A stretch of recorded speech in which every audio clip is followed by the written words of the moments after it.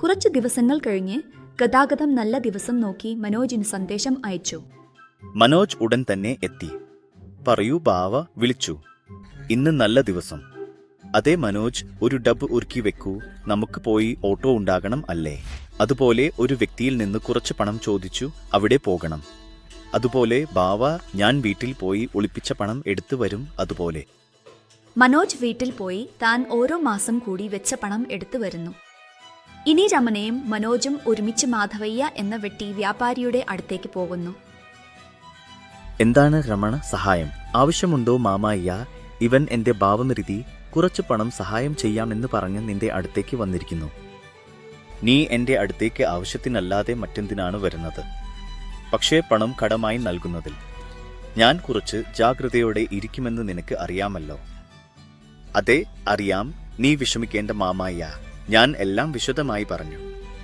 ഓരോ മാസവും പലിശ സമയത്ത് നൽകും. വളരെ വിശ്വസനീയനാണ്, ഞാൻ ഉറപ്പു നൽകുന്നു. രമണയെ ഇങ്ങനെ പറയുമ്പോൾ മാധവയ്യ മനോജിന് പണം നൽകും.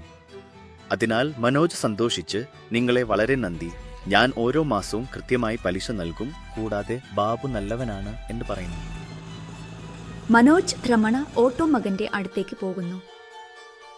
വരൂ സാർ, പറയൂ നിങ്ങൾക്ക് എന്തു വേണം? ബാബു, ഞങ്ങൾ ഓട്ടോ വാങ്ങാൻ ആഗ്രഹിക്കുന്നു. നല്ല ഒരു ഓട്ടോ കുറച്ച് കുറഞ്ഞ വിലയിൽ എങ്കിലും ഉണ്ടോ എന്ന് നോക്കൂ. അങ്ങനെ സാർ, നിങ്ങൾ ഈ വഴി വരൂ എന്ന് പറഞ്ഞ് ആ വ്യക്തി ഒരു ഓട്ടോയുടെ അടുത്തേക്ക് കൊണ്ടുപോകുന്നു. ഇത് നോക്കൂ, ഈ ഓട്ടോ നിങ്ങൾക്ക് ആഗ്രഹിച്ച വിലയിൽ ലഭിക്കും. അങ്ങനെ തന്നെ, ഹേയ് മനോജ്, ഈ ഓട്ടോ മുഴുവൻ നോക്കൂ, നിനക്ക് ഇഷ്ടമെങ്കിൽ വാങ്ങാം. രമണ അങ്ങനെ പറഞ്ഞപ്പോൾ മനോജ് പോയി ഓട്ടോ മുഴുവൻ പരിശോധിച്ചു. മനോജിന് ഓട്ടോ വളരെ ഇഷ്ടമായി. അതേ വാങ്ങണമെന്ന് തീരുമാനിച്ചു. ബാവ, ഈ ഓട്ടോ വാങ്ങാം, എനിക്ക് വളരെ ഇഷ്ടമായി. അങ്ങനെ തന്നെ, വരൂ. അങ്ങനെ മനോജ് ഒരു ഓട്ടോ വാങ്ങി. എല്ലാ രേഖകളിലും ഒപ്പിട്ടതിനു ശേഷം മനോജ് രമണയുമായി ഓട്ടോയിൽ വീട്ടിലേക്ക് തിരിച്ചു. രേണുക പുതിയ ഓട്ടോയ്ക്ക് മനസ്സാർന്ന പൂജ നടത്തി. അവരെ ആശുപത്രിയിലേക്ക് കൊണ്ടുപോകുന്നു. എന്താണ് അണ്ണൻ, വധു അപ്രതീക്ഷിതമായി ഇങ്ങനെ ആയത്? എന്തോ ചേച്ചി, എനിക്ക് മാത്രമേ അറിയൂ. അതാണ് എനിക്ക് ആശങ്ക. ഒന്നുമില്ല, ആശങ്കപ്പെടേണ്ട. ഇതുവരെ ഡോക്ടർ പുറത്തു വന്നു. അകത്തുള്ള പെൺകുട്ടിയുമായി നിങ്ങൾക്ക് എന്താണ് ബന്ധം? അവൾ എന്റെ ഭാര്യയാണ് ഡോക്ടർ. നിങ്ങൾ ആശങ്കപ്പെടേണ്ട, നിങ്ങൾ ഉടൻ തന്നെ അച്ഛനാകാൻ പോകുന്നു. അങ്ങനെ പറഞ്ഞപ്പോൾ മനോജിന് സന്തോഷത്തിന് അതിരുകളില്ല. എല്ലാവരും സന്തോഷിക്കുന്നു. സത്യമായോ ഡോക്ടർ? എനിക്ക് വളരെ സന്തോഷം. ഹരേ മനോജ്, നിനക്ക് അഭിനന്ദനങ്ങൾ. നല്ല വാർത്ത അണ്ണൻ, ഞാൻ ഉടൻ തന്നെ ക്ഷേത്രത്തിലേക്ക് പോകുന്നു. അങ്ങനെ പറഞ്ഞ് രേണുക ക്ഷേത്രത്തിലേക്ക് പോകുന്നു. മനോജ്, രമണ, സ്വാതി വീട്ടിലേക്ക് പോകുന്നു. അങ്ങനെ ദിവസം അവസാനിക്കുന്നു. അടുത്ത ദിവസം മുതൽ മനോജ് സ്വാതിയെ ഒരു ജോലിയും ചെയ്യാൻ അനുവദിക്കാതെ വീട്ടിലെ എല്ലാ ജോലികളും ചെയ്തു ഓട്ടോ ഓടിക്കാൻ പോകും. എങ്കിലും സ്വാതി എന്തെങ്കിലും കാരണത്താൽ എന്തെങ്കിലും പ്രശ്നം ഉണ്ടാക്കും. ഇങ്ങനെ 3 മാസം കഴിഞ്ഞു. ഒരു ദിവസം മനോജ് തല പിടിച്ച് ഇങ്ങനെ ചിന്തിക്കുന്നു. ബാബ, തലവേദനയായി. ദിവസവും ഇത്രയും ജോലികൾ ചെയ്യാൻ കഴിയുന്നില്ല. രാവിലെ തന്നെ എഴുന്നേറ്റ് വീട്ടിലെ എല്ലാ ജോലികളും ചെയ്തു, പിന്നെ ഓട്ടോ ഓടിച്ച്, പിന്നെ വീട്ടിലേക്ക് പോയി വീണ്ടും ജോലി ചെയ്തു. എൻ്റെ ഭാര്യയെ നോക്കിക്കൊണ്ട് അവൾ ഉണ്ടാക്കുന്ന പ്രശ്നങ്ങളെക്കുറിച്ച് ചിന്തിക്കുന്നു. എനിക്ക് സമയം ഒന്നും തന്നെ ഇല്ല. സഹോദരിയെ കണ്ടിട്ട് 3 മാസം ആയി. ഇന്ന് വീട്ടിലേക്ക് പോയി ആദ്യം സഹോദരിയെ കാണാം, അതിനുശേഷം വീട്ടിലേക്ക് പോകും. ഇങ്ങനെ വിചാരിക്കാതെ മനോജ് പലി ജോലിയിൽ പെടുന്നു. ഇനി വൈകുന്നേരം ആയിരിക്കുന്നു. മനോജ് രേണുവയുടെ വീട്ടിലേക്ക് പോകുന്നു. മനോജ് വരുന്നത് ശ്രദ്ധിച്ച രമണ ഇങ്ങനെ പറയുന്നു. ആരാ മനോജ്? എന്ത് നിഖിൽ, ഇനിയും ഓർക്കുന്നുണ്ടോ? എത്ര ദിവസമായി വന്നിട്ടില്ല, മറന്നുപോയി എന്ന് വിചാരിച്ചു. അയ്യോ, ഇനിയും പോകുന്നുണ്ടോ? വിറ്റുകൂടി മനുഷ്യനും അല്ല. ഇനി അണ്ണൻ കൂടുതൽ ഉത്തരവാദിത്തം, ജോലി കൂടിയിരിക്കുന്നു. അണ്ണൻ സമയം എവിടെ ഉണ്ടാകും, പറയൂ. അതെ സഹോദരി, നീ എന്നെ വളരെ നന്നായി മനസ്സിലാക്കി. നിന്റെ വധു എന്നെ മനസ്സിലാക്കിയിരുന്നെങ്കിൽ നന്നായിരിക്കും. എല്ലാം സ്വയം ശരിയാകും, നീ വിഷമിക്കേണ്ട. അങ്ങനെ തന്നെ ബാവ. ഇനി മനോജ് തന്റെ ദുഃഖങ്ങൾ രമാരെഡ്ഡിയുടെ കഥ പറയുന്നത് പോലെ പറയുന്നു. അങ്ങനെ വളരെ സമയം കടന്നു പോകും. അവിടെ വീട്ടിൽ ഒറ്റയ്ക്കുള്ള സ്വാതി മനോജിന് ഫോൺ ചെയ്യും. ഇവിടെ അവനെക്കുറിച്ച് സംസാരിക്കുമ്പോൾ അവൻ ഫോൺ ചെയ്യുന്നു. ഹലോ, പറയൂ സ്വാതി. ഇവിടെ എന്താണ് നടക്കുന്നത്? ഇതുവരെ വരാത്തത് എന്താണ്? ഇത്രയും സമയം എന്താണ് ചെയ്യുന്നത്? ഞാൻ സഹോദരിയുടെ വീട്ടിൽ ഉള്ള സ്വാതി ഇതാ വരുന്നു. മനോജ് അങ്ങനെ പറയുമ്പോൾ സ്വാതി കോപത്തോടെ ഇങ്ങനെ പറയുന്നു. വീട്ടിൽ ഞാൻ ഒറ്റയ്ക്കാണെന്ന് അറിയാമല്ലോ. നിന്റെ ജോലി കഴിഞ്ഞ് ഉടനെ വീട്ടിലേക്ക് വരാതെ നിന്റെ സഹോദരിയുടെ വീട്ടിൽ എന്താണ് ചെയ്യുന്നത്? ഉടനെ വീട്ടിലേക്ക് വരൂ, ഞാൻ നിന്നോട് സംസാരിക്കണം. ആഹാ, ശരി വരുന്നു എന്ന് പറഞ്ഞ് അവൻ.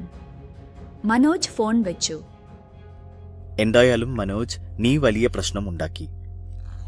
എന്തും ഇല്ല ബാബ, സ്വാതി ഫോണിൽ വിളിച്ച് വീട്ടിലേക്ക് വരാൻ പറഞ്ഞു. ഇനി പോകുന്നു. അതെ, ശ്രദ്ധയോടെ പോകൂ. ശരി ബാബ. മനോജ് വീട്ടിലേക്ക് പോയി. വന്നോ, വീട്ടിൽ നിങ്ങൾക്ക് ഞാൻ മതിയോ? നമുക്ക് സ്വന്തം ഒരു വീടല്ലേ? ഇവിടെ വരാതെ നിങ്ങളുടെ സഹോദരിയുടെ വീട്ടിൽ എന്തിനാണ് പോയത്? വീട്ടിലെത്തിയ ഉടനെ എന്താണ് സാർ, എനിക്ക് കുറച്ചു നേരം എങ്കിലും ശാന്തമായി ഇരിക്കാൻ അനുവദിക്കൂ.